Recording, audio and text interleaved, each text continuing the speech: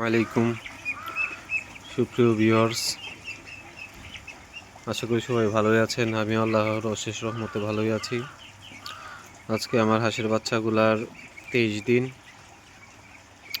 এখন এদের 2 দিনের ভিতরে ভ্যাকসিন করে ফেলবো ইনশাল্লাহ। 2 দিন পরে চীনা হাঁসের বাচ্চাগুলারও আপনার 21 দিন হয়ে যাবে। একসাথে সবগুলোকে ভ্যাকসিন করে ফেলবো। এটা হচ্ছে আমার খাকি ক্যাম্বেল, এইগুলার ঘর। এটা সবসময় শুকনাই থাকবে, এই জন্য এটা করেছি।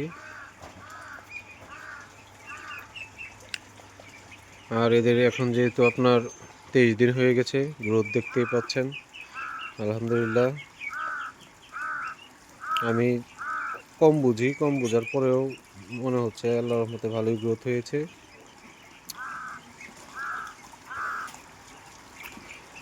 কালকে থেকে এদেরকে সম্পূরক খাদ্য আমি নিজেই বানিয়ে খাওয়াবো। ভুট্টা, গম, সয়াবিন খৈল, তারপর 10 কেজি গ্রোয়ার দিব,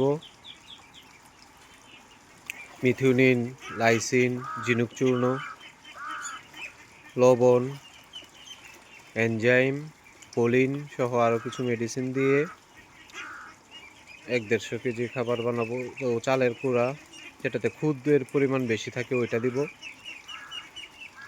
এভাবে সম্পূরক খাদ্য বানিয়ে আপনার 2-3 মাস খাওয়াবো। এরপর আপনার ওদের 3 মাস বয়সের পর থেকে লেয়ার 1 শুরু করব।